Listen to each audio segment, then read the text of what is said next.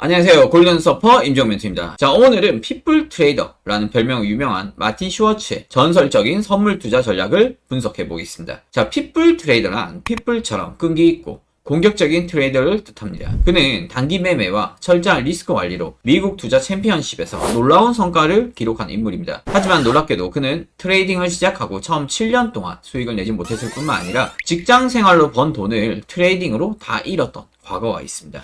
마틴 슈워츠는 컬럼비아 대학 경영대학원에서 MBA를 이제 취득을 했고요. 월스트리트에서 애널리스트 경력을 시작을 했습니다. 참고로 컬럼비아 대학 경영대학원은 워렌 버핏이 가치 투자를 배웠던 것으로도 유명합니다. 슈워츠는 당시 높은 연봉을 받는 애널리스트로 일했지만 연봉에 만족하지 못하고 직접 트레이딩으로 돈을 벌겠다라는 결심을 하게 됩니다. 직업 특성상 다양한 정보를 접할 수 있었다는 그러한 이점을 살려서 기본적 분석에 의존해서 트레이딩을 시작을 했지만 약 7년 동안 실패만 거듭을 했습니다. 결국 그는 깡통을 차고 나서야 기본적 분석만으로는 성공할 수 없다는 점을 깨닫습니다.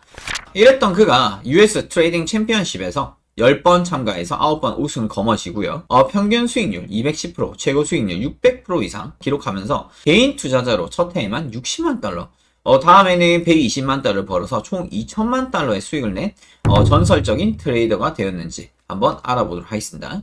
골든서퍼 아카데미에서 해외 선물에 대해 알려드립니다. 골든서퍼를 검색하시고 최신 해외 선물 투자 전략을 확인해보세요. 자, US 트레이딩 챔피언십 이란 이제 실제 계좌로 1년간 수익률을 기준으로 경쟁하는 대회입니다. 수익률뿐만 아니라 리스크 관리 역시 중요한 평가 요소인데 대회는 주식이나 선물, 옵션 부문으로 이제 나뉘게 되고 실력 있는 트레이더들이 치열한 경제를 하게 됩니다. 자, 슈워츠는 1984년 선물 부문에서 단 1년 만에 600% 이상의 수익을 기록하면서 대회 역사상 가장 유명한 우승자로 자리 잡게 되었습니다. 자, 마틴 슈워츠에게는 부자가 되는 첫 단추는 우연한 계기로 찾아오게 되었습니다. 자, 어느 날 그는 이웃의 초대로 이제 집들이 하러 가게 되었는데, 자, 근사한 이웃의 집을 보자마자 부럽다 막 이런 생각이 들었습니다.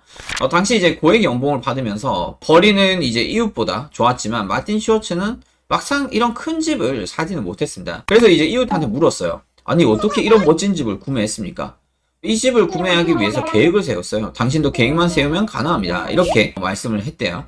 가만히 듣고 있다가 이제 마틴 슈워츠는 자신의 가치관을 막 돌아보기 시작을 했습니다. 그는 지금까지 자유를 중시했었고 목표를 세운다는 것은 자유를 억압받는다 이렇게 생각을 했었습니다. 하지만 다시 생각해보니까 지금껏 그 자유가 자신에게 해준 것은 없었고 현실은 매일 아침 출근길에 올라야만 하는 직장 생활의 반복이었다고 합니다. 결국 자유가 그렇게 중요한 것이 아닐 수 있겠다고 깨달은 그는 그날 저녁에 세 가지 목표를 세워보기로 했습니다. 첫 번째로 이제 트레이더 되기, 두 번째로 나에게 맞는 매매 기법 만들기, 그리고 세 번째 1년 안에 시드머니 10만 달러 만들기. 이렇게 세 가지를 한번 만들게 되었는데 목표를 세우기 위해서 2시간가량을 앉은 자리에서 매우 고민을 많이 했다고 합니다. 자, 그리고 그는 마침내 7년 동안의 애널리스트 생활을 청산하고 투자한 10만 달러를 모아서 독립된 트레이더로서 매매를 하기 시작했습니다.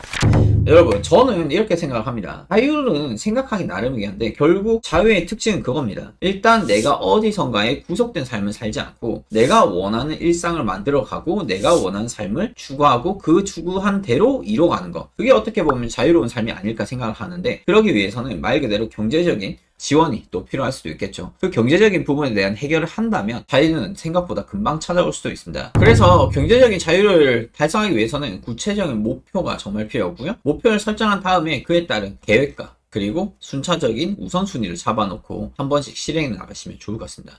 자, 그가 세운 매매 전략은 세 가지로 요약을 할 수가 있습니다. 첫 번째는 기술적 분석, 두 번째는 단기 트레이딩, 세 번째는 이제 리스크 관리 편인데, 첫 번째 마틴 슈워츠는 기술적 분석을 중심으로 매매를 했습니다. 이평선이나 RSI, MACD 이러한 보조 지표들을 좀 이제 대입을 해서 차트를 만들었고, 이러한 차트를 통해서 시장의 흐름을 읽고 이동평균선과 RSI 같은 지표로 활용해서 매수와 매도 타이밍을 잡았습니다. 자, 그는 가격 행동 을 가장 이제 중요하게 생각했고 시장의 심리를 분석해서 기회를 포착했습니다. 자, 두 번째는 이제 단기 트레이딩입니다. 그는 하루 안에 포지션을 마감하는 데이 트레이딩 선호를 했습니다. 큰 이익을 목표로 하기보다는 작은 수익을 빠르게 쌓아가는 방식으로 리스크를 최소화했습니다. 말 그대로 단타성 매매였고 스윙 매매, 며칠 동안 오버하는 그런 트레이딩 전략은 아니었습니다. 자, 세 번째로 리스크 관리 편인데, 슈워츠는 항상 손절 라인을 설정을 하고 한 번의 거래에서 계좌의 큰 부분을 잃지 않도록 했습니다. 그의 철칙은 작은 손실은 받아들여라, 하지만 큰 손실은 절대 허용하지 마라. 이 원칙 덕분에 그는 긴 시간 동안 안정적인 수익 수익을 또 낼 수 있었죠.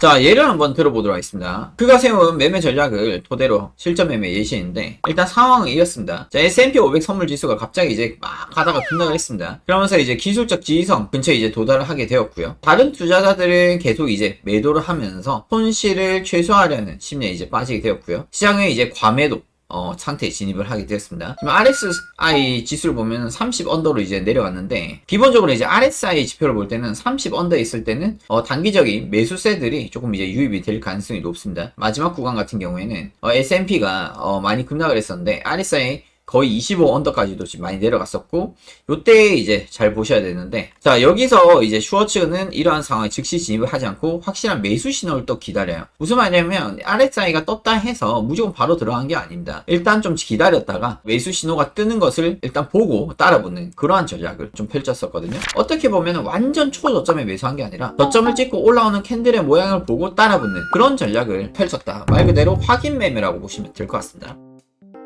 자, RSI는 현재 추세의 강도를 백분율로 나타내요. 언제 주가 추세가 전환될 것인가를 예측하는 유용한 지표거든요. 그래서 이거는 조금 이제 참고를 하시면 될 것 같고요. 이런 식으로 해서 앞전의 고점을 하나의 목표가로 또 잡아가는 그런 플랜을 보면서 이제 매매를 했다고 보시면 될 것 같습니다. 그래서 이제 거래량이 급증하는 것을 통해서 매도세가 이제 약화되고 반등이 임박했구나, 이걸 알 수 있어요. 쭉 내려갔는데 매도세가 거세지죠. 그만큼 이제 바닥권에서는 더 큰 매수세가 유입이 되었고요. 거래량을 보시면 아실 수 있겠죠. 그렇기 때문에 앞전에 내려갈 때 거래량보다 올라갈 때 거래량이 훨씬 더 많네? 그러면 이것도 이제 참조할 수 있는 지표라고 보시면 될 것 같습니다. 자, 그러면서 이제 리스크 관리를 합니다. 매수 직후에 손절 라인을 지지선, 말 그대로 예를 들어 5850이라고 하면은 앞전 저점이나 직전 저점 또는 5850의 매물대를 본다면 이 매수 직후의 손절 라인을 지지선 바로 아래쪽으로 설정을 해서 이제 손실을 제한하는 그런 플레이를 했고요.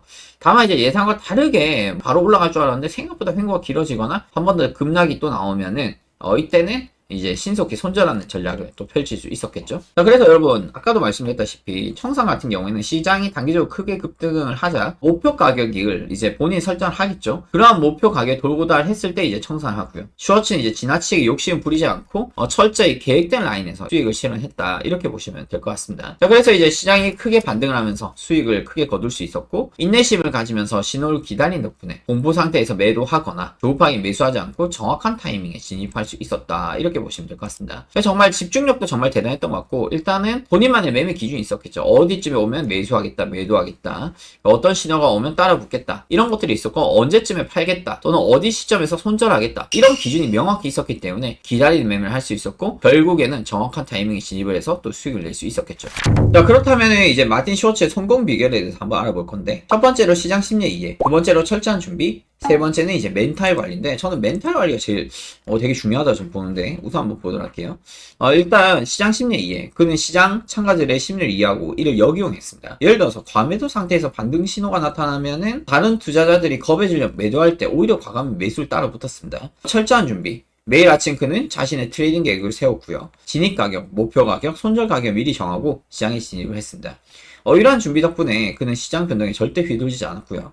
세 번째로 이제 멘탈 관리가 중요했는데, 슈워츠는 트레이딩에서 감정 통제가 중요하다고 강조했습니다. 트레이딩 중에는 승리에 도취되거나 손실 겁먹지 않고 냉정하게 겸손하게 행동한 것이 핵심이었다, 이렇게 이제 말을 했거든요.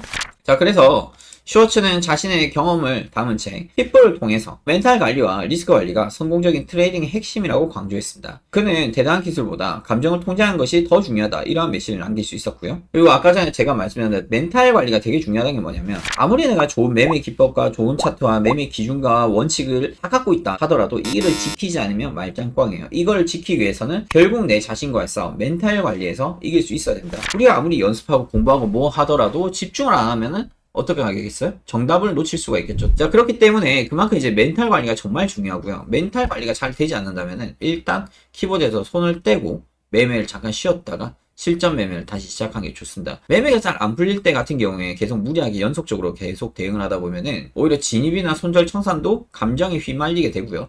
결국에는 죽도 밥도 안 되는 물타기 매매, 추격 매매, 뭐 이런 매매 저런 매매 다 나오면서 내가 한 달 동안 농사 지어서 큰 수익을 좀 거뒀으나 마지막 하루 날에 앞에 수익을 다 까먹고 손실을 마감할 수도 있어요. 그렇기 때문에 그만큼 멘탈 관리가 중요하다고 보시면 될 것 같습니다. 자, 오늘은 마틴 슈워츠의 투자 철학과 전략을 한번 분석을 해봤습니다. 여러분도 그의 철학을 참고해서 자신만의 투자 전략 만들어 보시길 추천드리고요. 자, 이 영상이 도움이 되셨다면 좋아요, 구독, 알림 설정 꼭 부탁드리고 다음 시간에도 유익한 콘텐츠로 여러분들 찾아뵙도록 하겠습니다. 감사합니다.